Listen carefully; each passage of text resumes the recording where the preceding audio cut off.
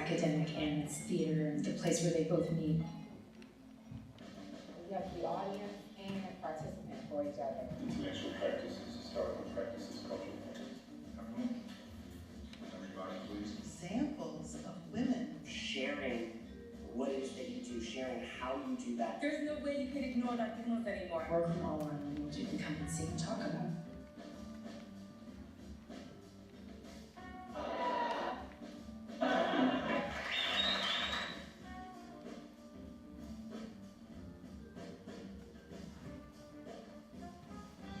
It starts out a little thing, you write it in. You have to be completely open. Theater for everybody, yes, everybody. That's just what should be done. And indeed, my understanding of life, relationships, death, has already changed. The survival of theater as an art form depends on that.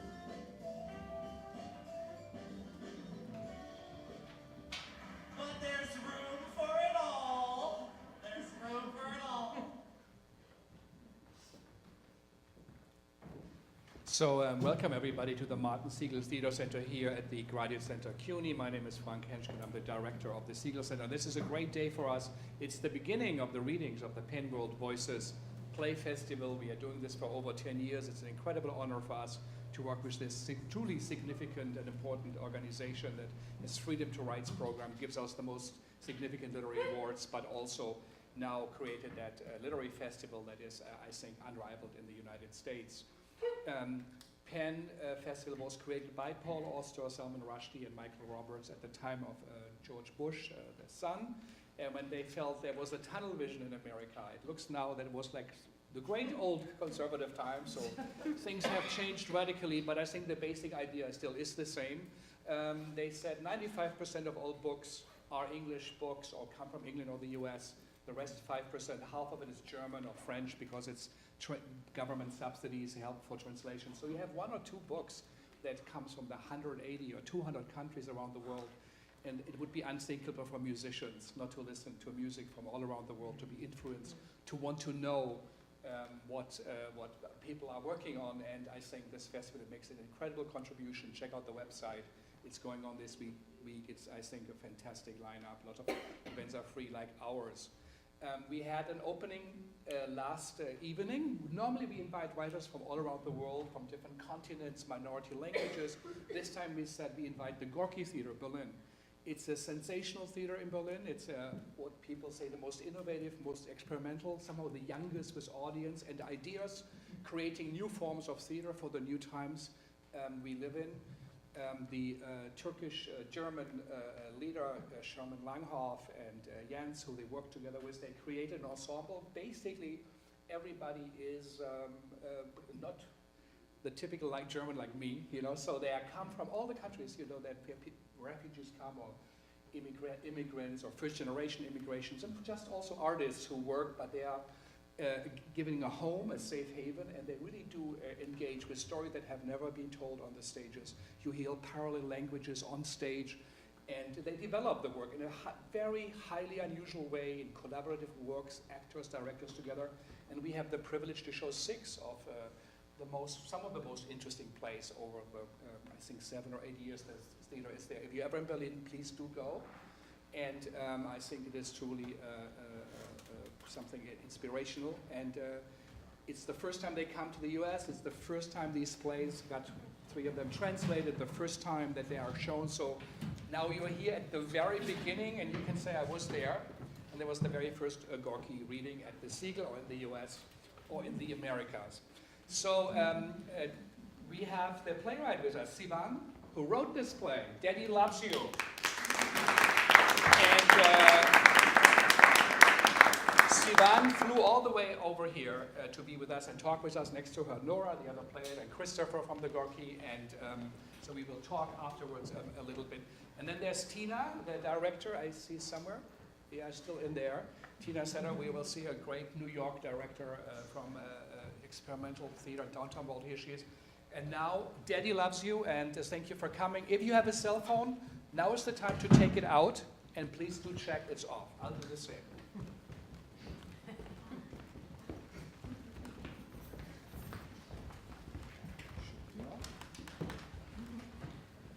Thank you.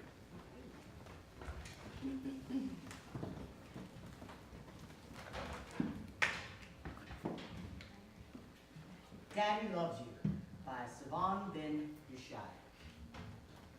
Let the blood come out to show them, part 3.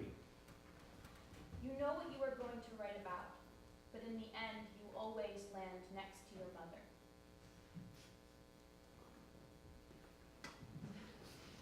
They paid €2.80 for the ride.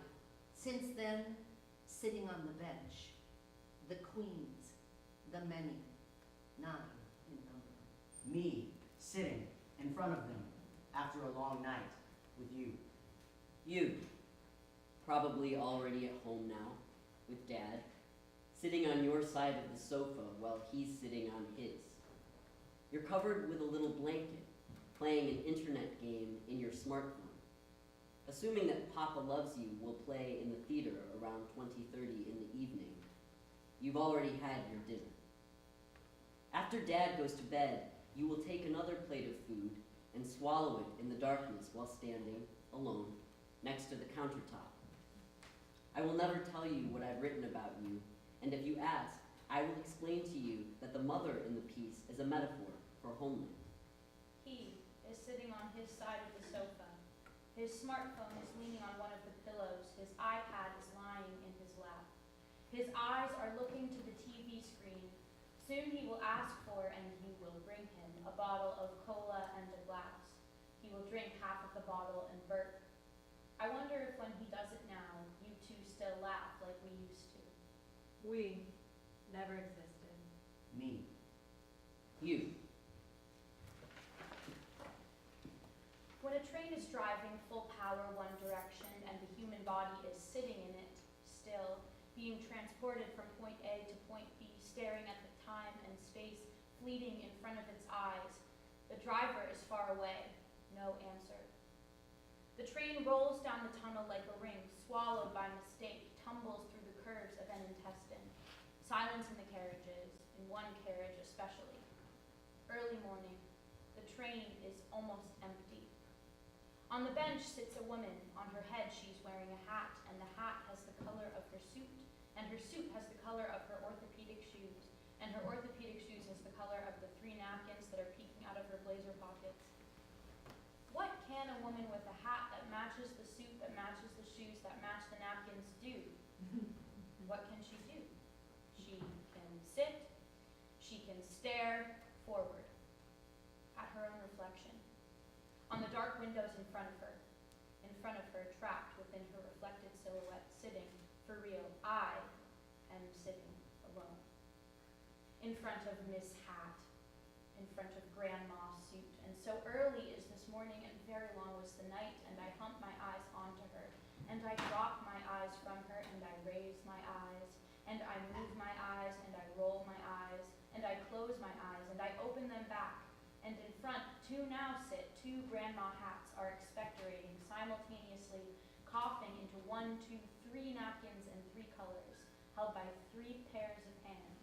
Yes, in front of me, there are 4 lady suits sitting, one next to another, and another one, and the suits match the bracelets, and the bracelets fit the pantyhose, 5 pairs of pantyhose, 1, 2, 6, 9 hats, and belts in a row on the carriage's bench, 9 suits. Suits of the kind that the Queen of England would wear. The Queen of England, Elizabeth, what's her name? Queen Elizabeth. Queen Elizabeth. What is she doing, by the way? What's her job? What does the Queen do at all? Between us, the carriage's aisle. People jump once in a while, in and out of the carriage. All of them pause, smiling. In front of the spectacle, they all probably find it kind of poppy, sort of contemporary. 9 queens captured in an iron bubble of life, tens of meters under the ground, squeezed into each other, hips and shoulders, ignoring your looks. I see you though. The dark middle, the dark night of the deep middle of a story. The beginning of the ride is far behind, unreachable, and the end is unseen. Certain, but concealed.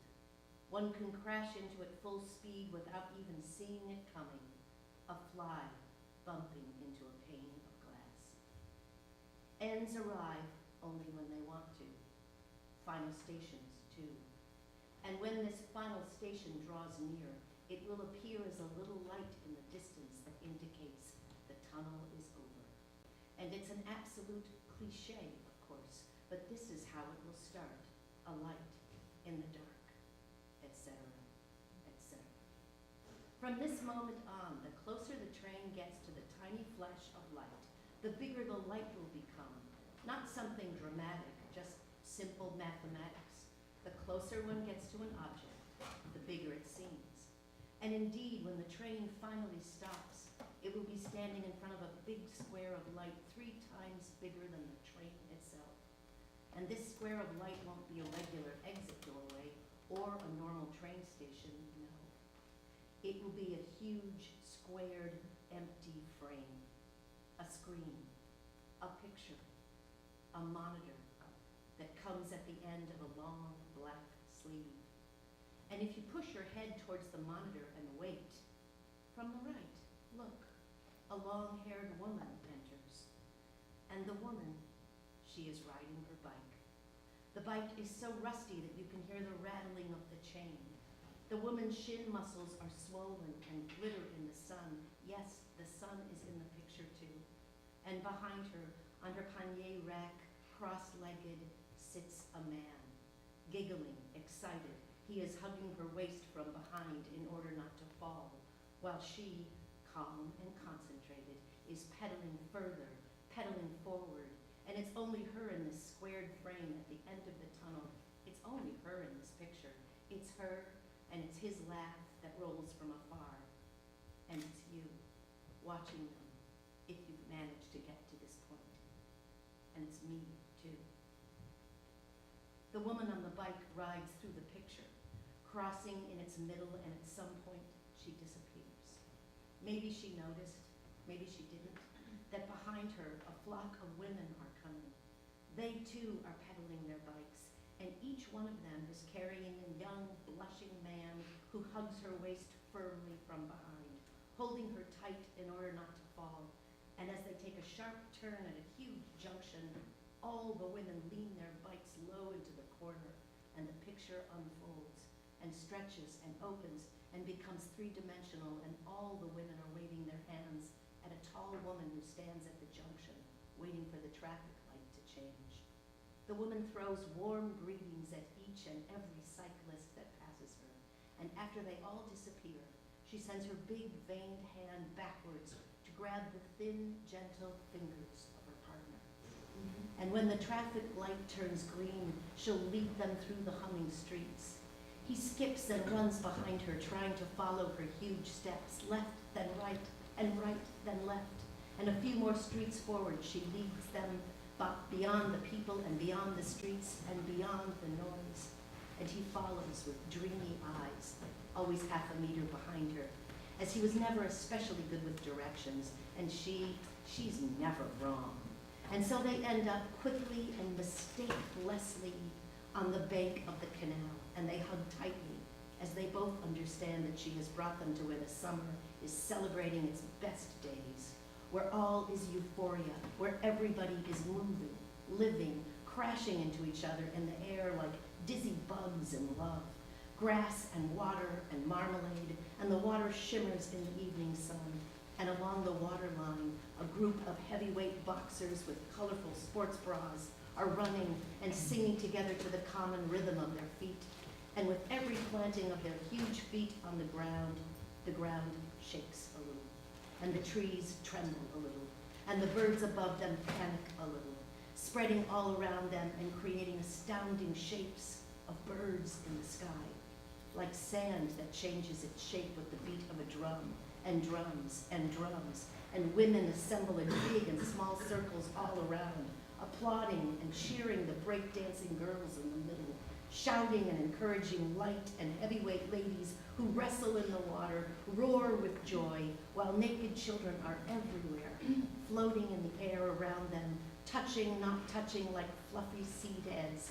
And once in a while, they find their mothers and get entangled in their hair, dragging them, laughing, into the water. And the mothers respond with a spontaneous somersault in the air, and like long stretched arrows they slice the water, throwing their wet bras to the bank and swim with strong rowing movements, their skin shining in the sun like the glowing backs of free whales in the heart of the ocean, while the few fathers on the shore hand little magnifying glasses to the children, and they all watch together how their mothers race each other, and they cheer them and miss them very much, but they'll have to wait patiently until the mothers come back, wet and panting, shaking their hair and skin like huge wet hairs, and all around the applause rises and rises. All around the applause is rising. And if you look to your sides, you'll see that everyone around you is standing, tall and stretched and glowing like a field of sunflowers looking towards the sky. Because at the top of the picture, a long, black-bearded, naked woman is cutting the air like a jet plane. And she might be God, but we can really leave God now to the side. We could really talk about God in another time, because now, in this picture, a black-bearded, naked woman is crossing the sky with a roar. And she flips in the air and lets out thunder shouts, and until she disappears from their sight, they won't stop waving at her. Hours they will remain like that, shining, all together, shirtless, nipples in all colors flashing like lucky stars, and dancing, throwing their bodies into the air for her, for each other, for everything, turning around in endless Sufi circles, long hair dangling from their armpits like hungry, dripping tongues, and pubic hair bursting from their crotches like fire coming out of lions' mouths. And around every woman dancing under the sky, there's someone sucking her neck and sucking her lips. This is why all the women are covered with love spots, pink and red and black lipstick leopard spots. All the naked bodies on the lake are covered with them, and the lovely sounds surrounding the picture are rocking the strong female bodies from inside and from outside. Pathos here is mostly welcomed. Welcome tears and welcome wailings, welcome trembling organs, welcome. And the sun is so soft, and the sun, it is already close to its sunset, and like a cat, the sun rubs itself between the women's breasts, between their curves, rolling and pressing its beams on their tanned backs in a last little massage for the last time. And this is the sign to disperse. The men carry the warm, sleepy children on their chests, and the women walk together, hugging sisters, and their heavy breasts leave a trail behind them on the sand as they walk, reading poetry and philosophy to each other. Yes, words are the sound, are the loud, are the laughter. Train news. Train news. What does an old woman have between her breasts that a young woman doesn't? A name. News, news, train news. What do an 80-year-old woman and a 14-year-old girl have in common? They both want to look 20. End of news. What do you call the gynecologist of a grandma? Archaeologist. And after all, it's a picture. And this picture, it's an exit station, a final station. And it's there, waiting, being shown in loops on this square monitor far away from here. Or maybe very close, I don't know. Inns arrive when they decide to. I said that already. Final stations, too. All night, we were there. Dad called. You're in a hospital. Fast, come fast. It's her belly, her kidneys, stones again. Blood in the urine. They must operate. Come immediately. Emergency room. And I come. In the middle of the night, I come, and I run, and I see you. You, through the half-open door. You, sitting alone on a hospital bed before your operation. And you're just one mother out of thousands. I know. And you're just one mother out of millions that are sitting now in a hospital bed. I know. But how can I explain? It's my mother. Listen, it's my mother. Trains are driving only forward, but can see only back. So back now, back to the carriage, back to the bench, on which 9 Queen Elizabeths sit, fastened to each other. Above their heads, a sign with clear behavioral rules for this train to ride. 1, don't look each other in the eyes. 2, you may share an uncontrollable smile regarding an unusual phenomenon in the carriage, but make sure that the smile is gone after a maximum of 3 to 4 seconds. 3, you may stare at dogs, but their lips, their voices, their skin, the looks, their cuffs, their damp napkins, their little bags, ignoring the looks. 9 different colors, diffusing into each other. One gray mass with 9 crowns on top. And underneath waits the bare skin. Chop, chop, chop. Regarding gravity, all things with mass are brought toward one another. First, dance class. Cha, shake, cha, toss, cha. Move on your seats, queens. Cha, up, cha, down, cha. Wave your arms, queens. Say hi to your reflection. Turn. Now look down in the other direction. Jump. And now down to the ground that pulls your skin, queens. Whoosh. The ground, the earth, that exhausts you to death, queens. Choosh. I see the earth drawing your skeletons down, queens. I see it arm wrestling with you, asking for your body, for your bones, cha, for your bones, cha cha. And you think you're on top, queen, but soon the ground will win. You think you're on top, queen, but at the end, the ground will win. You know it. I know it. You know it. But until then, human jaws don't stop. The heavy breath, hop, hop, open the old toothless hole. Acapella, all together. 9 queens flying under waters. 9 queens swimming underground. Through the half-opened door crack, I'm looking at you. A bent little body left on its own. How can I explain alone with your body? How can I explain marinated in your pain? What happened to you? Your own hand pinches the brown age stains on top of the other. When did they all appear, Mama? How can I explain? Through the half-opened door, I see you, a gray, tiny woman sitting on this bed. How can I explain? It wasn't you. Life treated us well, if we're to be honest. Although we were always somehow afraid of the future, now we can look back clearly and say that life has always treated us well. As if we were an unproblematic, quiet pupil whom the teachers wouldn't harass. Life didn't harass me. Death, sickness, poverty, problems, cancer, Alzheimer, hate, accidents, loss. I was this well-behaved pupil. I was the awkward one lifting the last chair after everybody's already gone, cleaning the board for the teacher. Wrinkles, scars, they haven't erased our faces, because life, it meant no harm. Wagon tails, 18 tired eyes, I count them, empty hungry bowls. 9 mouths, 9 dripping, the broken eye holes. It's the silence in the carriage that makes it hard to breathe. Or it's the sealed dark windows, they are wrapping us blindfold.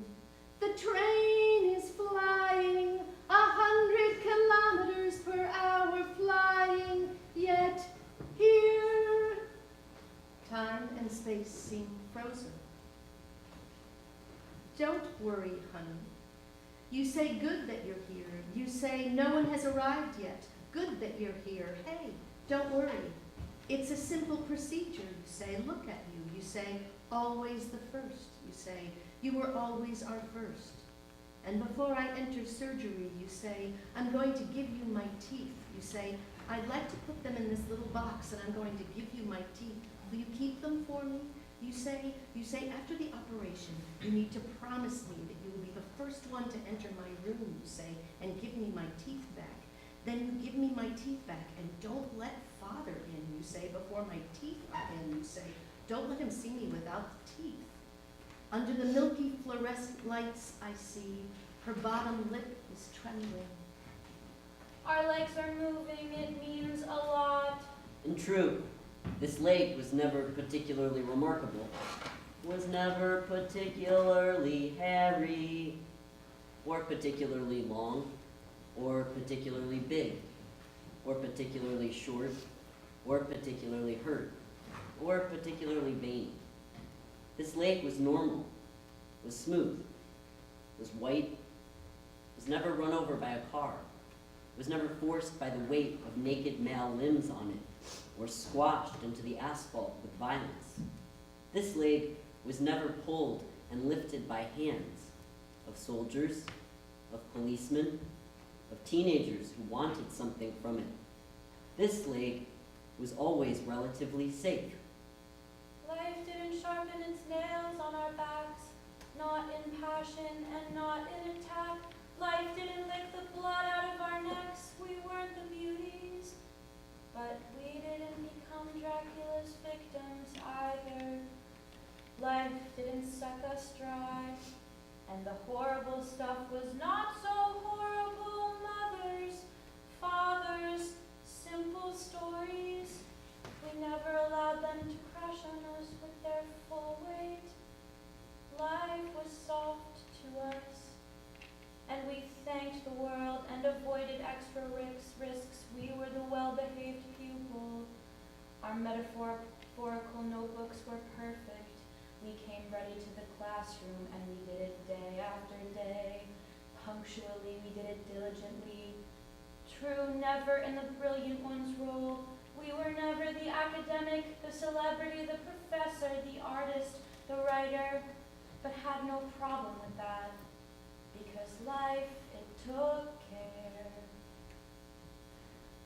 Regarding the wagon that has forgotten all about us while we are sitting in it, second dance class.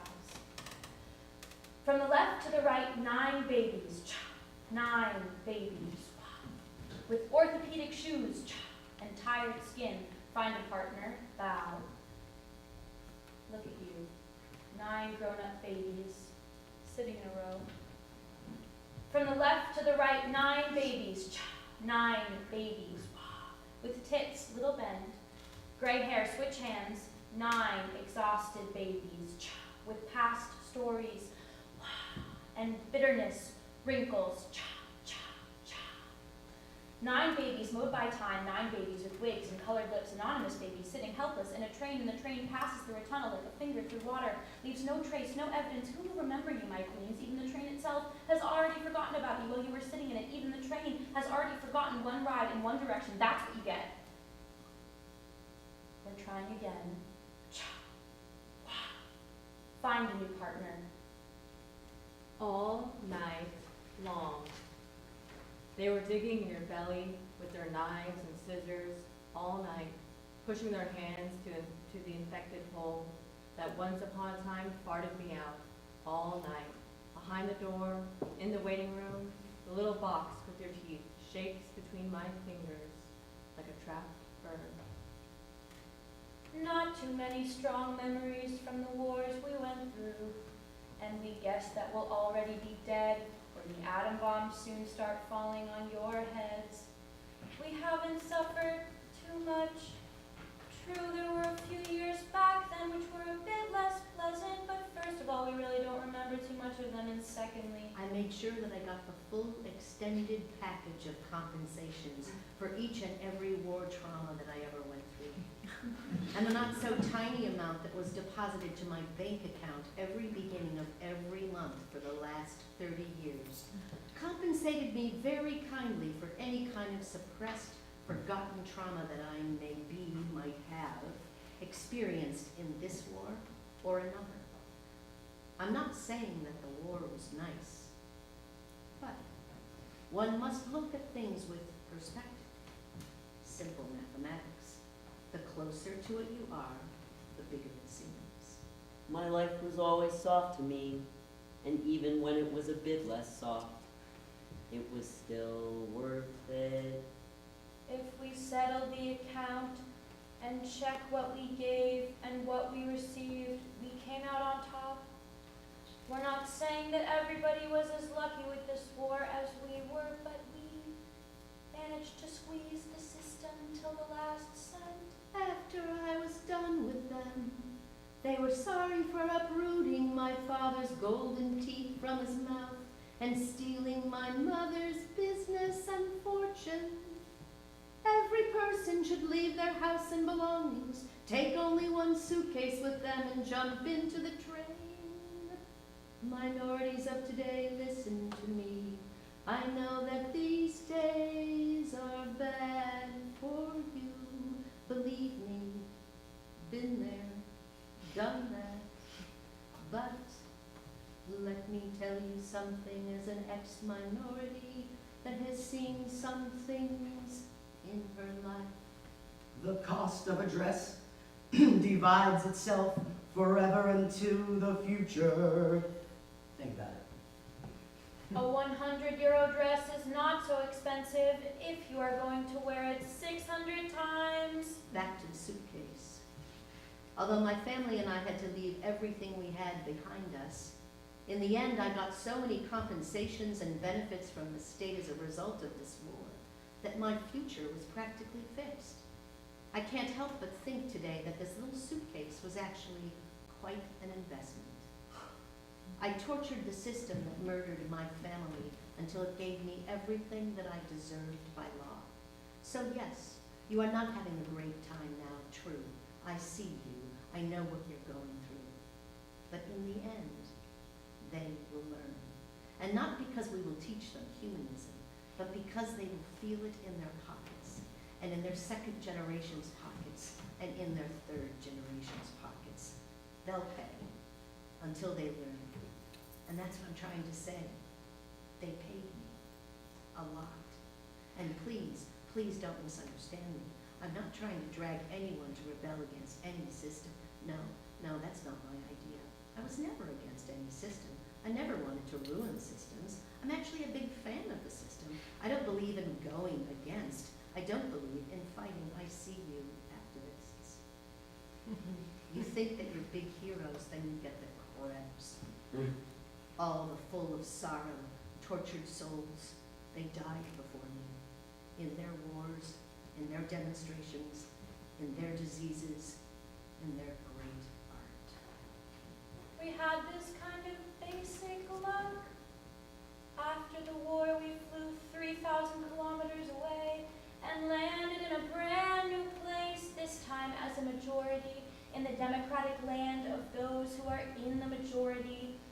We admit that there is a tiny logical problem with the last sentence, but we aren't the ones who formulated it. It's not our fault. There was nothing we could do. Cancer, cancer, Krebs. If one is to be born, then better at the right time in history, and preferably when democracy is on your side. I had electricity, water, a bullet never met my head. No detentions and bombardments in the middle of the night. No leaders calling me to kick me out of my house. We were okay. Generally, we were okay. The army was on our side. We had basic human rights. Even the men in our lives, they didn't destroy us. It was all good. No horrible traumas. No one dragging you by the hair. No cruel gangbangs. No horrors. No attacks in the street in the middle of the night. And just to make it clear, I was never against gangbangs and draggings and all that. I just knew where to place them in my life. They were placed in my head, in the little Schlaufstunde afternoon while no one was at home. Home. I had a home. It's a lot. I had a mother. Until I reached the age of 50, I had a mother. It's a lot. I had a father, too. He used to come to my house for every lunch. For 15 years after Mama's death, replaced her kitchen with mine. The sharper pencils in the audience might make the connection and understand that this habit of his got in the way of my afternoon orgasm delights, but yeah. In the end, one after the other, they all disappeared from our lives. All the fathers, the mothers, the husbands. After they left, we found ourselves alone, finishing the days with a glosshin of whiskey in one hand, half of raw onion in the other for the immune system, wailing in front of dirty gangbangs from hell. Train news! Train news! An elderly widowed gentleman in a nursing home became very friendly with an elderly lady. He told her his former wife used to hold his penis every night to help him go to sleep. Commercials, train news. The elderly lady decided to do this for her new male friend every night for a week. Each night he fell soundly asleep. The next week, the gentleman told the lady that he was sorry, but he had found a new partner. She asked him, sad, what does she have that I don't have? Have, he replies, Parkinson. End of sad news. And you, on your back, you, early morning, the opened mouth you, they pushed their hands in you. Then further they sent you, done. Next, but my mother, listen, it's my mother, the under anesthesia, toothless you. They're probably pushing your bed somewhere. The rolling, fainted, braless you. Where are they taking you? They don't even know you. In our job too, we tried to do our best. Several times we even got promoted. My boss, he was a great, talented man.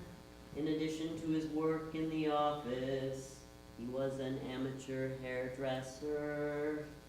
What a great hand he had. For 22 years, once a month, after everybody had left the office, we used to put on our special high heel shoes, and on a swivel chair in the special meetings room, he used to cut our hair. A perfect haircut, everything included. Washing, shampooing, cutting, drying, perfect treatment. Until he came on my back. Always cleaned us after, offered a cigarette. Even now, every now and then, he still pops up in my mind, this man.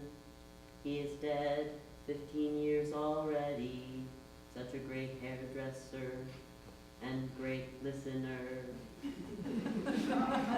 Where are they, the great listeners, in these times of narcissism? Everybody mad, crazy, lonely planets set on fire. So many speakers and no one listens. So many performers and who is sitting over there in the audience to watch them all? It's so nice to know that somewhere in my past, in front of a huge window of an empty office under the stars, there is an aging woman sitting, elegantly dressed, and she is me. And she's talking and talking, while behind her stands a man, and he is fully listening to her. Under the stars, she talks, he listens, and massages her skull. Well, with his left hand. And the main hero, the exposed flesh, Kaddish. Dance prom. And the silence in the carriage. They exhale it, I inhale it. Hard to breathe within the carriage. They exhale it, I inhale it. 9 queens. My 9 queens. Gaze on their skin. My 9 queens. And how old, and how the bellies, and how wide, and how chests. What does a grandma have between the nipples? A navel. Chop. A navel. This gaze removes everything, removes every defense, removes every cover. And now, on your feet, queens, Chop. Straighten your legs, queens, and start to remove those ridiculous clothes from those barely breathing chests, one by one. Remove them. Just take off the suits, your suits, Chop. To the sound of the shaking wheels. Get naked. Now. To the screech of the metal whistles. Take them off. Now. To the smash of the doors. Take everything off your bodies. The shoes. Chop. Wigs. Chop, chop. Take them off and leave them on the floor in piles. Freeze.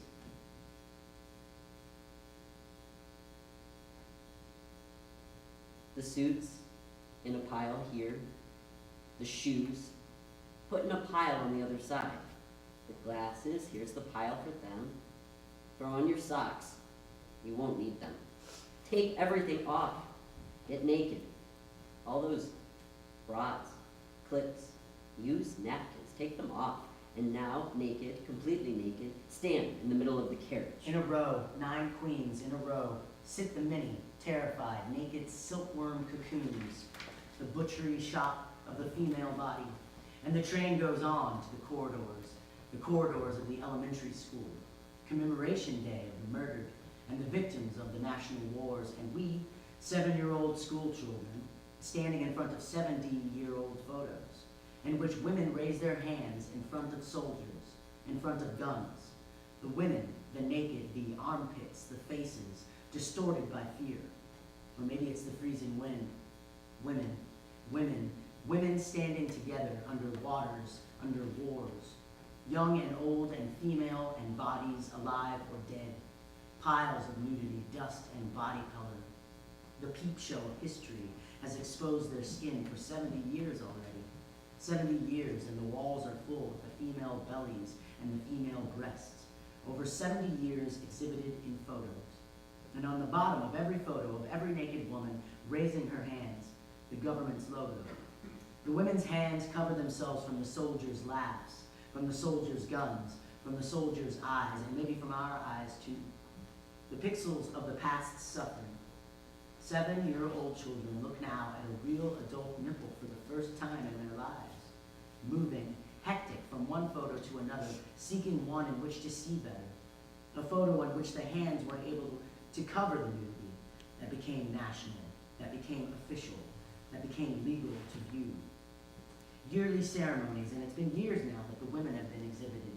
Their nudity caught and portrayed forever, black and white, and 4 corners of a photo, and in its center, 9 women stand in a row. 18 hands are raised in the air, knees collapsing into one another, and we, children, assembled around it, hypnotized. And what we see? Nipples and terrified eyes. And what we see? Distorted ribs and shaved feminine skulls. And what we see? Limbs and sharpened pelvic bones, toothless, gaping mouths, bodies that are thrown dead on one another, a pile, and shoe piles, and suit piles, and glasses piles, and wigs. Tins and tins of litters of exposed flesh being hung on the walls, the private flesh, tins and liters of female exposed flesh that was peeled from its covering layers. All of this softness, the peep show of memorizing the person, history, Turn, of the one with the terrified eyes, lift up, who has made the mistake and covered her crotch with 2 hands so her breast remained exposed forever. You always hid your body from us. You never showed your breasts. You said that they were ugly and refused to be photographed. My queen, your face, close to mine, panting. You used to scream when Papa wasn't there. You closed the windows and slapped and slapped. Your dry lips, stench of unfresh saliva. At some point, I started to hit back, Mama. Crawling up the stairs to your room, an old chameleon, crawling in slow motion, licking your dessert, colorless lips. The smell. You didn't like to drink water and your mouth shriveled, got brown, withered, drooped, and was never kissed again. In a modern house, in the heart of the city with a job, a career, good friends, and a great family, you lived in a cave. In a modern house, in the heart of the city, with a short haircut and a feminist education, you were the one that rotted, and your clothes became wider and darker and stretched on your heavy meat. A woman can become 3 things when she grows old, you said. A cow, a chicken, or a goat. while I was doubting which one of the three I will become, Father's car entered the parking lot, and you shut the TV down. Silence. Papa needs his quiet when he arrives from work. Papa works hard for us, and the evenings belong to Papa. And the door opens, and Papa's in the house, and Papa. He wears white cloaks, and Papa, he goes for long walks, master of the land, and has deep talks, a count, and a sir, a gentleman, and breathes fresh air and nature, then lights a cigarette, always at the right moment, always of the best kind. You smoked the cheapest, and devoured 2 packs a day. My sweet mutter sour, biting your fingernails to the bone, preparing the daily food. How can I explain the food that feeds? He cooked only on special occasions, and when he did, he cooked with all the colors, and when he did, he cooked for long hours. You called him the chef, and forced everybody to moan while eating his food. Then at nights you swallowed the rest by yourself. For hours you chewed there, bare hands, leaning over the pots in the darkness. In the mornings I behaved as if I hadn't noticed, and ran away from you, beast. But your shiny child's eyes, green sparkling eyes, Mama, oh Mama, your head, always peeping from the little kitchen's window, waiting, framed by the window's wooden lintel, as if it was the only place in which you could be. And so what if it was the window of the newest kitchen? And so what if the doorkeeper nodded, hello, madam, when you entered or left the cave? And so what if it was in the middle of the city, with a car, with a gym, with expensive shoes and silent modern pop music in the weekends? You were rotting. How can I explain? You. How can I explain? You listened for hours to his stories. 3 hours he talked in the car, family trips, sitting in the front, a father, a mother, sweating in the back. I was there, shutting up, because now he is telling you his stories, and you love him, you love that, and you laugh loud, you laugh brown, and you agree with him, and you curse anyone who go against him, sometimes so loud you curse that he tells you calm down and says your name. How can I explain the moment when he tells you calm down and says your name? How can I explain his quiet voice? It was like a fist blow in your face. How can I explain? You took care of everything. Cleaning, washing, house bills. He gave you compliments. Your mother is the best secretary that I know. And he had many, many secretaries. But your mother is the best. How can I explain? Every time he said that, our cave was flooded with blood. Our rooms, our beds, how can I explain, collapsed into themselves. We were tearing each other apart in the living room while he was out in the garden. We were spitting and shouting and scratching while he grasped his hands behind his back and had a talk with a neighbor about holiday destinations. We killed, we cursed, we saw the cave collapsing while he whistled a little melody in loops. How can I explain? When he came back into the cave, we froze and played for him his family again. His clothes smelling of laundry, you always washed them separately from ours. You washed his delicate shirts by hand, and after you ran to the window to smoke, Mommy. Mommy. They all thought that I hate you, but they don't know about the way your slim ankles cling to each other on the sofa. They don't know your collection of ducklings on the bathroom's windowsill. They don't know your little fingers, holding the cigarette and then another one, and then another one. And I licked your nipples for 20 years, then got my inheritance from him. And I hugged him after he said, I worked all my life to give it to you. And I answered him, thank you, Daddy, when he, tearful, repeated, all my life. And I answered, thank you, Daddy. How can I explain? You were there.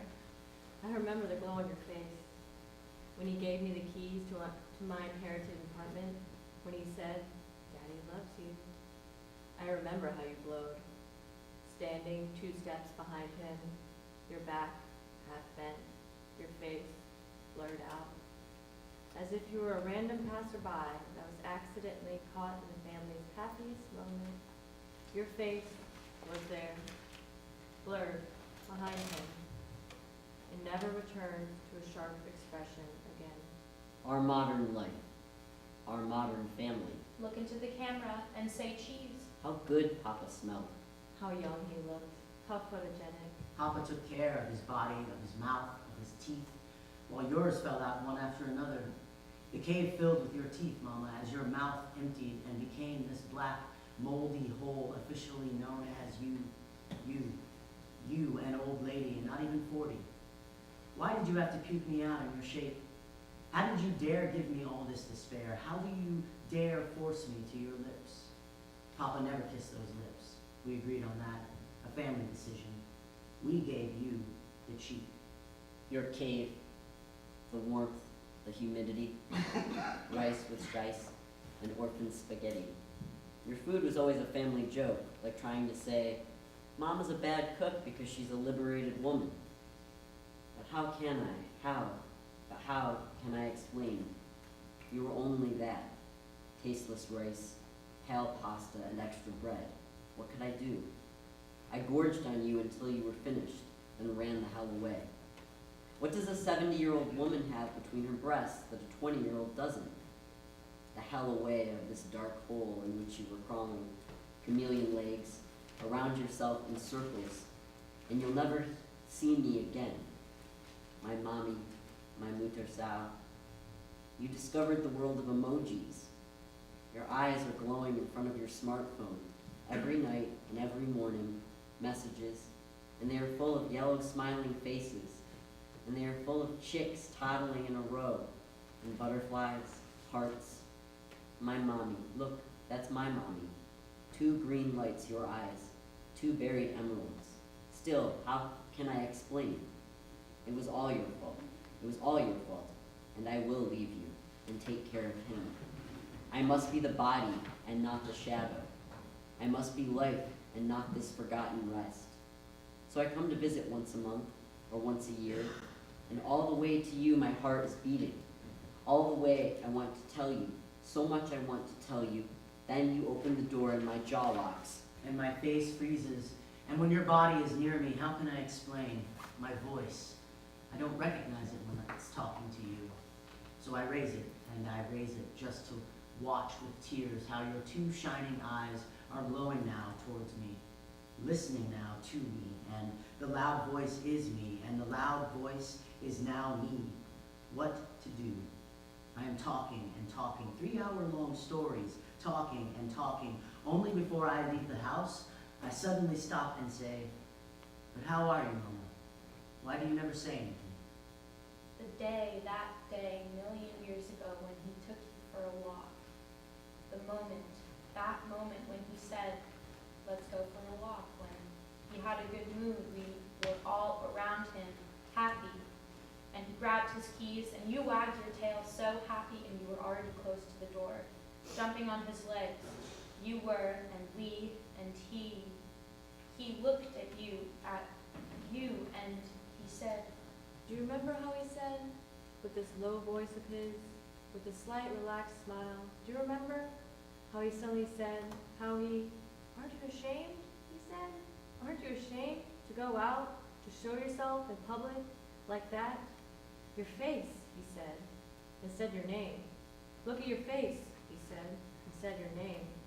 How can you allow yourself modulation? I was the walls, I was the empty eyes, I was the holes. I drowned in the blood at once, and I will never pop out again. And if I will, I swear that I will torture you, Mama, unless you take now the key that he's holding, his expensive car keys, unless you take it and stab him in the center of the forehead. We are suffocating. Take the key, Mama. Save us. Take it. Take us. And I'll come with you, anywhere. Let us. Run away. Anywhere you want, Mama. Just say where. I'll come. I will. And we'll be a family. Just us. Together. I will never leave you. Never. Modulation. Simple. Let's leave him there. With his fancy car keys stuck in his brain, we can take your car, drop down. You always got his old car. When he got a new model, you always got his old phone. When he got a better one. Mama, you have to go. Believe me, let's go. and I will never leave you. Just take the key. You turned back and went to the cave's bathroom. You applied 2 stripes of brown-red lipstick on the gray chameleon lips. You didn't look at the mirror when you did it. Then you crawled back to the door where he was standing, watching you. Do you remember, Mama, how he was, looking at you? We all saw what he saw. A chameleon with brown-red lips, crawling on the house floor, parts of you crumbling to piles on the endless journey between the bathroom and his feet. Under his gaze, you crawled naked as in front of a gun. Wig to the pile on the left, clothes here on the pile to the right, shoes. Mama, his gun. His gun that is pointing at you, just flip it back to his direction. Turn it back at him, and I'll come with you anywhere and live with you forever. The long, long braid is entwined between me and my queen mommy. What do you call a gynecologist of a grandma archaeologist? What is a grandma's hymen spider net news? News, train news, end of the news, end. Your hole from which you farted me out. That old sewage hole, that trash can hole. What did you do to me? What did you do to me? How did you dare do that to me? Morning prayers. And the day is over, and all the women are coming back from the canal towards the center of the city. And all the passerbys are standing aside for them because, 1, they should, 2, they really should, and 3, because all the people in the street are moving to the other side in order to see from where the deep voice that is filling the neighborhood comes from which roof that voice that is filling the streets now comes, from where, and they can't see her, but her voice is thundering loud as she screams her prophecies from above, rapping them hard, spitting her words of anger while her escort boys hum behind her, and whistle around her, and once in a while, less and less it happens, but still, old papas try to climb up to the roof on which she stands and reach her, and they hurl curses towards her, shut up, clueless girl style, and they complain about her topics, and they despise her language, and the way she deals with complicated questions. Learn the subject before you speak. Their faces become red to the loud laughter of the sisters all around. Where is your certificate? Where were you trained to sing in public? They mumble under their uncombed Grandpa Trump wigs. Then the rapper stops. Oh. She shifts into the frequency that will shut their ears down forever, because all around her now, the girls are preparing to join. Your time is over, old man. Your time is over, and we got the guns. And now listen to the witches. Listen to the witches that are moving the clouds and spreading purples all around, colors of the night and spirals. Listen. Listen to them. It's the final station, and everything is moving. Breathing in and breathing out. Pumping the wind from north to south, from the sea to the lake, and the winds, mint green winds, the gentle breath of a woman, the calmness, the mint. The city is full of it. And this is where we're gonna stay. This is where we're gonna be, while sweet honey rain falls on our faces, the ejaculation of relief. It's the end. It has arrived. And here, estrus howlings rise from the retirement home's windows. The dark middle is behind, the dark night of the deep middle. The deep, dark middle of a tunnel, of a story, of a body is behind. The dark night of a cheap train ride is over. Now the last stop has arrived, and the train is still. And 9 queens now slowly stand up, straighten their joints, and this time nobody looks at them. And nobody smiles at the sight of 9 old bodies, or 9 dry goats, or 9 silly cows, or 9 hysterical chickens, or all the names you ever gave us. 9, 6, 5, no. One woman is standing now, all alone. She enters a 3-dimensional squared picture, a 3-dimensional dream, and doesn't belong to anyone's gaze anymore. And she's going to the bars, and she's dancing in the clubs, or she's paddling in salt bathtubs with glasses of cheap whiskey in her hand, with her boobs hanging out of her suit. Now no one is looking at her anymore. And this is the exact moment to lift the skirt and roll down the underwear. This is the time to bend in the middle of the street and pee everything out. And pee it in golden swarms and flood the pavements and storm the roads, as it was a very long ride in this train.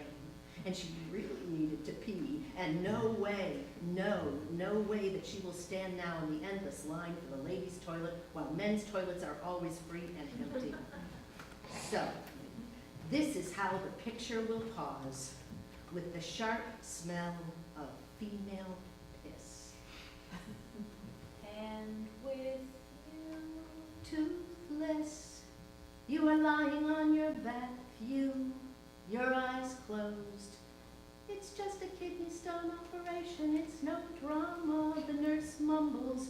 Still, this bed makes you so tiny. Done. Next. But my mother, listen, it's my mother, waking up now from a deep anesthesia, all alone. Come close, says the black, humid hole in the middle of your face. Come close to me, the box with your teeth twitching between my hands. Come, your gums move pink as baby's gums. Come to me, the sun is rising. You're stoned, mama, don't talk, you need to sleep. Mama, mama, mama, come to me, my darling, you say. Hug me, give me a kiss, you say. Give me a kiss, my love, on my mouth, you say. You need your teeth, mama, mama, mama, mama. You're stoned, mama, mama. Let me give you your teeth. Just put them in and go to sleep, mama. You're stoned. It's morning. I got to go now. Sleep, mama.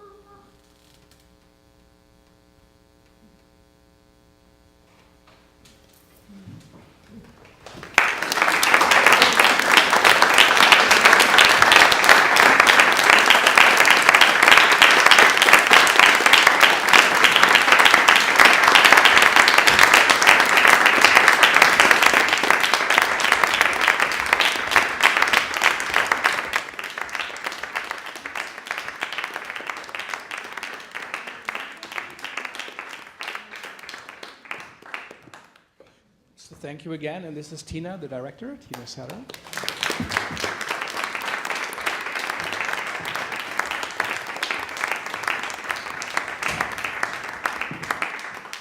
And maybe we ask Sivan to come with us, and Tina, is someone from the company coming, or just us?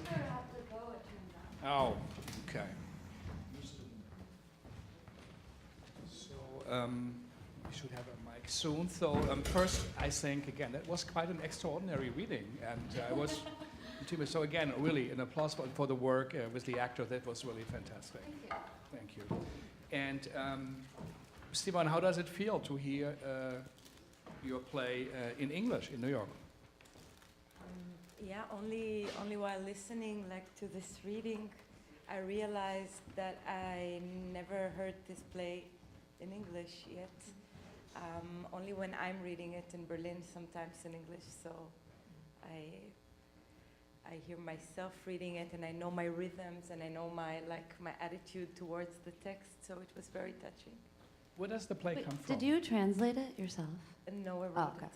But someone else I translated. wrote it in English. Oh, you wrote it in English. Okay, well, that got it. But you don't hear it in Germany. They do it in German. Like you said, you never hear it in English because there they do it in. So basically, my texts are written in English, and they are functioning as kind of ghosts because they are immediately being translated into German. I have a translator that works with me, and in a way, I already imagine them in German, but I write them in English. Well, my mother tongue is basically Hebrew. So, like, this strange original is,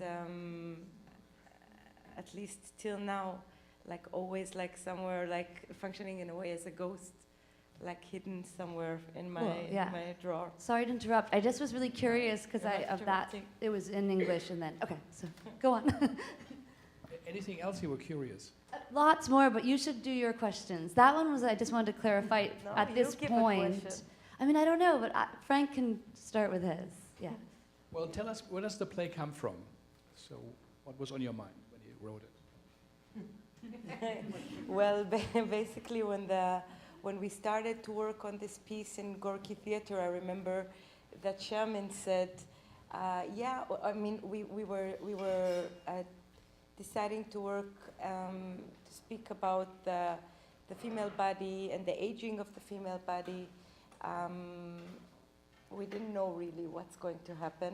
And I remember the Shaman said, yeah, but you know, Sibylle Berg, that is going to show here, like I think tomorrow, Sibylle Berg is going to write a play about mothers and daughters, so maybe not, don't come close to the mother's topic. And I was like, yeah, of course.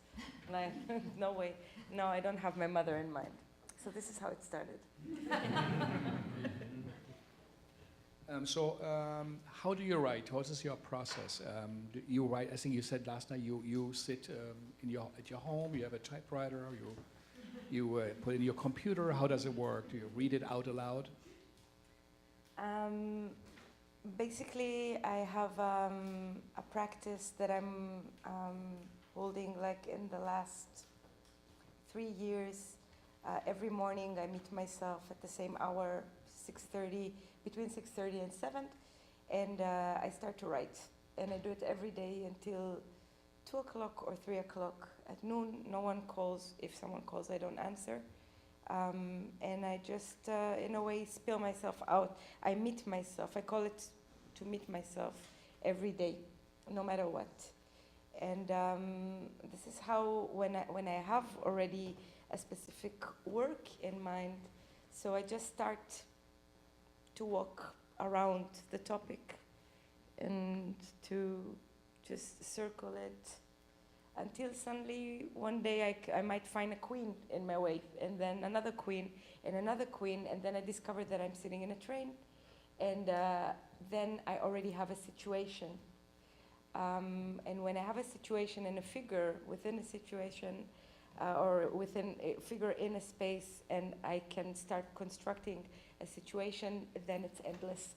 Then basically the form of theater only interrupts me because can write forever. And well, we here mostly I use the well-made play, the British play, with a beginning and the middle of an end, and characters and emotion. Whatever. This, of course, is a very different narrative structure you created. And so, you don't believe in the well-made plays?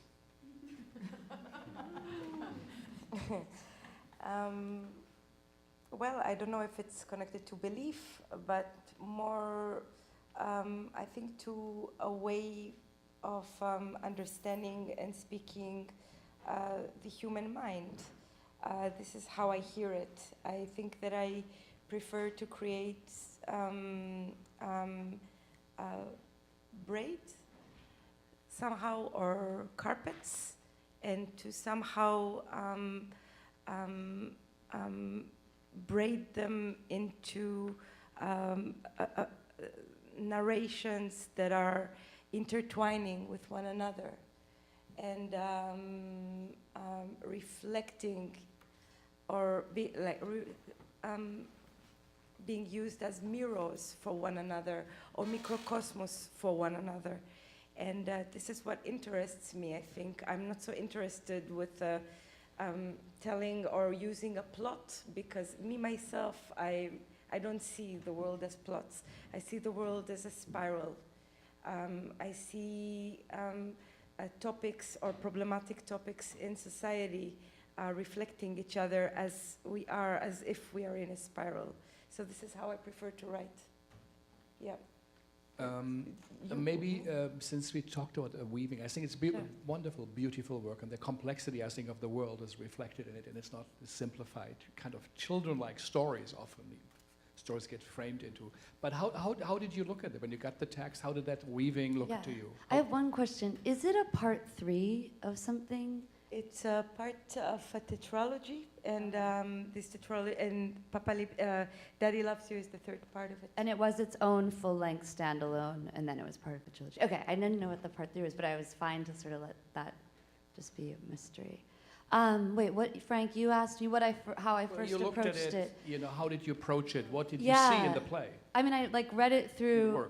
Yeah, and I thought there was jokes embedded in it to me in this amazing way. Like there'd be this pretty wrought text, and then I could see the humor coming through it. And I actually didn't know it called for 12. Like it was supposed to be 12 women on a train until I saw the description for this event after I'd already started working on it. But I was taking sort of like that first list, the me, they. Like I saw that there were like, to me, for the purposes of this, I'm like, there's 5 things get denoted there. So 5 people will take on this braid, like move through this, like braid this text together. Which I think, because there's an amazing braid reference in that text itself, so that feels really neat. It's my tattoo as well. Ah, yeah. The tattoo of Daddy Loves You. Ah, so it's the braid. It's amazing. Hand-drawn kind of thing. Yeah. So it was, I mean, it's a play. I mean, this would take a lot of time to me, because the resonance is, because I love that it's not a normal plot, and that really works with how my brain, I mean, this feels way more true to what emotionality and connection and memory actually are, and well-made plays try to box that up into some prescribed social thing that's not even right in the first place, right? So this is like much more real feeling. But it then requires a lot of like, how do you bring out resonances? How do you stage this? How do you then track energy in a room? For me, my approach to something like this, to call that out, and that requires a lot more time than could be really done for something like this. But, so then it was like in a quick way, what kind of clear reading and like approaches that are simple to do and put onto it allow to feel where the text moves between itself and where whatever kind of relationships the varying speakers, less on the page, because I didn't have time to fully do that sort of work, frankly, but the speakers that I came to sort of an intuition around, in these 5 speakers of this text, what becomes their relationships, and how do we break that up based on a logic we just created that I put on it, then tested out with them, and then very quickly we're like, okay, made a few small changes. So it was just making the world of it for literally to be here and put its own, and that's what I mean, potentially it could be the wrong logic, but that sort of play really allows so much space for a new logic to be braided into it. And by logic, I just mean something that holds it so the 6 of us could communicate in order to present that today. You know what I mean? And feel like we knew at least what we were doing in the fast time we work on it. So, yeah. Sivan, how did you see the reading? What came through to you from? I'm always fascinated. I saw like Daddy Loves You in already a few versions. And for me, it's always fascinating and somehow even difficult to see like a new body that is carrying this shame and expressing this this stench that comes out like as a result of holding shame for so many years. It always touches me, and I always cry as well because. And for me, somehow, the indication, the actresses in Gorki, they always tell me, we can't invite our mothers to this piece. Like your mother is in Israel, she doesn't understand a word from the piece that is like really being played in Gorki once a month, at least in German. So she would never understand a word. But our mothers want to come. And I say that I feel that this is the right way to stand on this stage with this play, if you're really afraid that your mama will be there. If you will have to look at her and say it, and... The epigraph is really incredible. Always land next to your mother. That is the beginning of the play. Yeah. We all, as soon as we read that, everyone felt like they really knew. That was a little map. And this is a quote by Sasha Mariana Salzman. It was like, you think that you're going to write about something, but you'll always land next to your mother. Very, very, very true. It's very true. Before we come to audience questions, just why do you write for theater, and what do you think theater can do?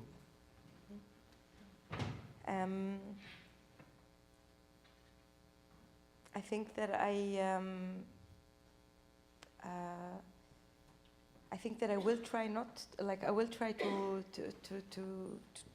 write prose soon as well. Because sometimes I feel that theater, just the fact that we are sharing time and space, and I don't share like this genie idea of like taking 4 hours of people's time. Like I really somehow don't do it because I don't like always to experience it unless it's like extraordinary important. But I really think that I live and breathe and think theater because I write for a space, for a body, for a quiet audience, and I write in this, like into this conflict that is like lying in between them. I really think that when I'm when I'm writing, I speak all the time, as you asked that before. I think that I'm writing into the mouth and into the brain of the actress or the actor, and by that I really try to create a certain relationship, like between a nude body, an exposed body on stage, and like a well-dressed, well-covered by darkness audience that is sitting somewhere. And this nudity I see as a weapon and as a way to resist. And this is something that I can't achieve like with just writing to a page and communicating, you know, everyone that will communicate with me through like somewhere on a sofa. This is a kind of a jail. We want to escape. Everybody thought, maybe I will leave. Like maybe I would just like go and leave. But no, basically it's hard to leave. It's like an action. It's performative. You will be the one that stands and like, and all the men here, for example, yeah, it's like I will be like the papa that goes and everybody, like with this, it becomes performative, me staying or me leaving. It's a jail that we share, and I like to be in these days where I don't really believe that people really read. At least I think most of the people don't read anymore books. So I like to be in the space and make sure that they listen. Yeah, I think Thomas Brasch, the German writer, said they should be just nailed with a nail. They should not be allowed to leave when it gets complicated. But maybe Michael put some light up and on the audience, and we also take some questions from you. We don't want to steal too much time. Just because we always have great audiences here at the Grad Center, the Segal Center. And maybe say briefly who you are. We have a microphone because we're also live streaming it through HowlRound, which is the great national organization that supports theater. So thank you. And please maybe say your name. My name is Judy.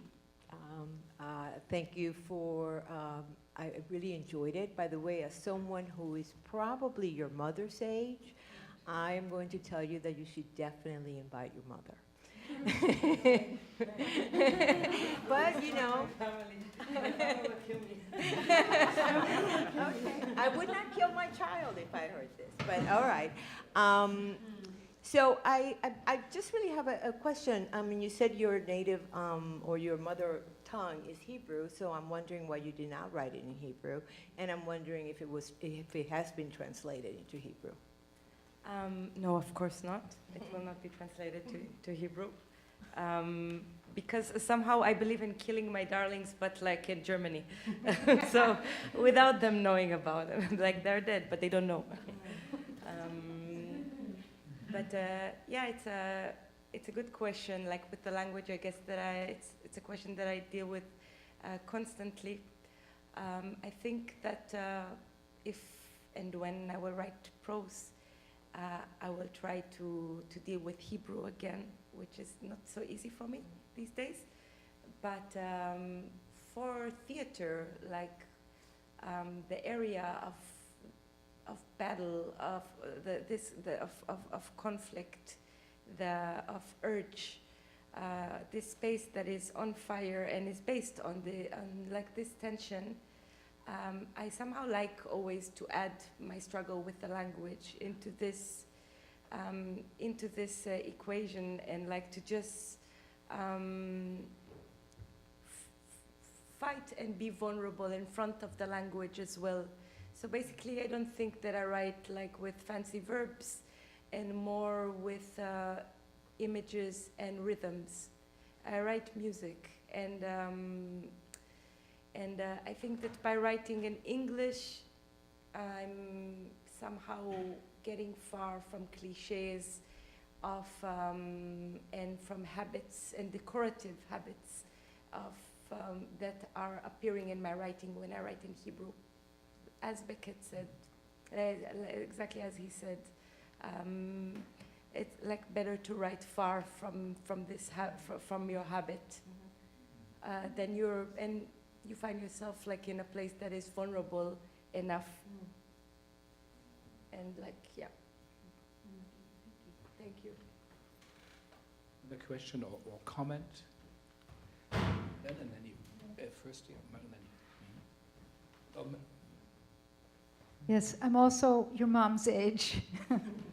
I'm a writer myself, and it's very awkward to write things, personal things, that even my children, I mean, I have the same problem that you have, wanting to expose and really use a language to say things that you're not supposed to say. You know, I think it's an obligation as a writer. You have to break that contract with politeness and just get through it. So I think it's marvelous that you're choosing a second language, like, and that's one comment. And the use of incantation was really that carried us. It was almost like a liturgy, but it wasn't a Hebrew liturgy. It was more like a Latin liturgy, which was quite interesting. So. I just wanted to say that I think sometimes that the language or the writing in English, it functions, I think, for me as a second veil. And sometimes I think that I hide it from myself. I write and I'm like not paying so much attention because it's in English. It's not like digging in me like Hebrew is digging in me, and my ability to pass my borders is somehow higher. Like I just don't notice it at the moment. Yeah. No, I think we go to Mark. Aaron. Hello, Aaron Maxloff. When you saw it on stage for the first time, how did it look compared to how you envisioned it? To say the truth, like I'm not so busy with imagining stages and stagings. I'm really not so. I mean, now an artistic director from Zurich, she told me, you know, I think that your text is a stage already. Like your text doesn't really need a stage. It can be nice sometimes to add a stage, and like, you know, some would make it more situative, some will make it completely abstract.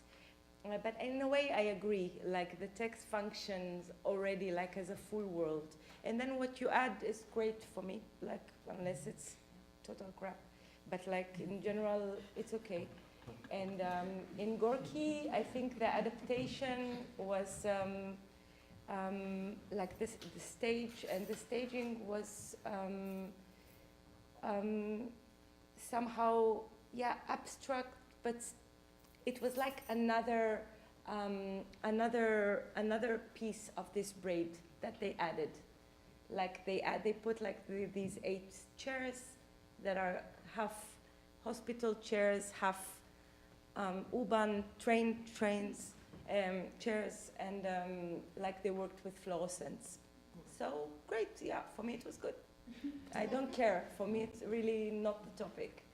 It's more how will these bodies stand and be completely naked in front of an audience of 100 and something people that are all their mothers and their fathers, and how to speak to those fathers so they will listen. What will happen? So this is for me what's interesting and what's important. All the rest, yeah, this is why I'm not directing, I guess. Sivan is a real playwright. He says, "Who needs directors? I have the text." Yes, which is very un-Berlin, un-Gorki. But that shows the variety, I think, also of that place. Any else? Yeah? Let me take the mic. I really loved it. I found it to be quite devastating in many different directions. And one of them was the utopic visions that you put forth were so powerful. And I almost felt like they were spells. And I feel like it's really important because they sort of set us free into this better vision for ourselves. And then so that when you take us into the depths of what reality can become, and sickness and codependence or whatever, I mean, I'm sure I know I was projecting my entire mother-daughter relationship onto what I was listening to. It hits us so much harder. Anyway, I just wanted to say that, but I was so curious about the tunes, and they were so specific. Oh, also, thank you for bringing Rosemary Quinn in to read for that, because she was great. Oh my Where's God, Rosemary? Jesus, Thank you so much. It was so precious. Destroyed me, but it almost, the tunes were so specific, I almost felt like they were reading from sheet music. And I wondered how did you all do it? Well, having Rosemary was a real gift and pleasure, so that I'm very glad that was just noted, and very perfect with this text, which we figured out in a very short time together. But how truly perfect she was. There was the opposite of sheet music was what was used, but the actor Eleanor, who first sang, sitting opposite Rosemary, I had just worked with her on something and knew she had this really beautiful voice. So in these very limited hours, I used the first portion of that was bringing just her in, and the sections that I thought could be sung, having her just do it, and I knew I was going to be and wanted it to be just very simple and earnest, and then with the potential that some of these other non-singers could then add in potentially a similar thing in this experimental version of what we would try with this. So she established this tone, and I was like, that sounds very right for the simplicity of this first thing, and so I'm glad to hear you. Is it written in this, sorry to keep asking, but hammering this, but is it written sing, speak, sing, speak? Well, those sections are called the Queen's singing, or the Queen's singing. Yep. What did you have in mind? Yeah. I mean, actually, in the beginning, when they started to sing, I was like, oh no, oh my God, what are they doing? And I was like,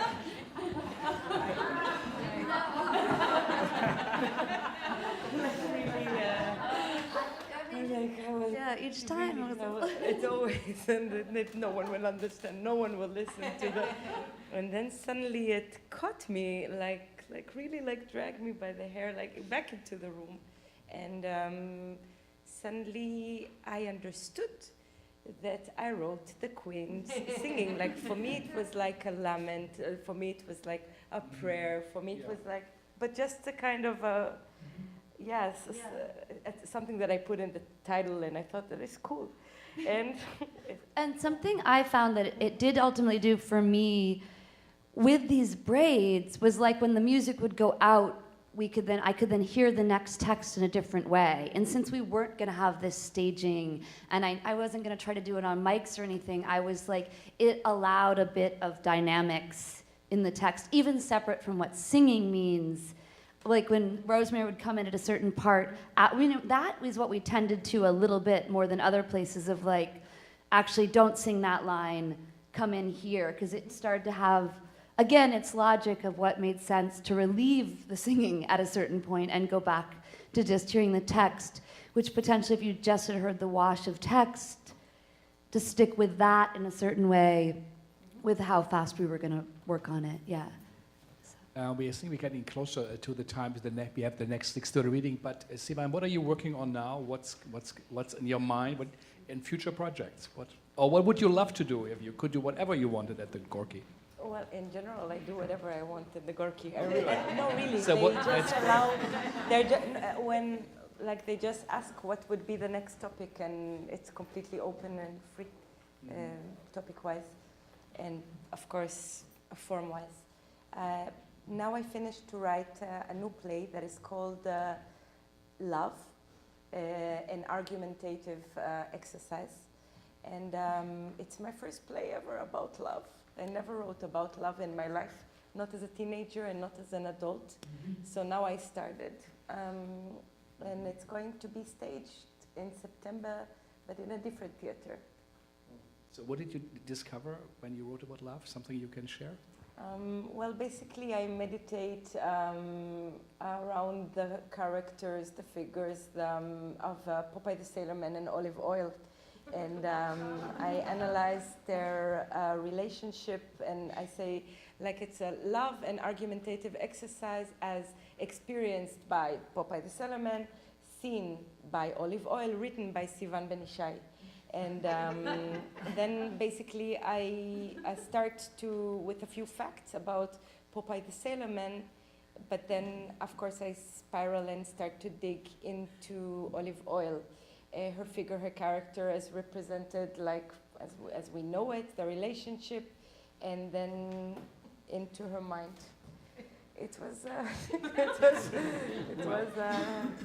difficult one. Good. Well, if anybody travels to Berlin, one can see it, I'm sure, in the fall. It will be in Mannheim, but yes, okay, we can good. take a But it will come there, I'm sure. Again, I think a big applause for the direction, for writing that beautiful song and prayer about meditation, about fathers, mothers, children, and to all the actors. I think it was really a wonderful reading. Thank you for the actresses and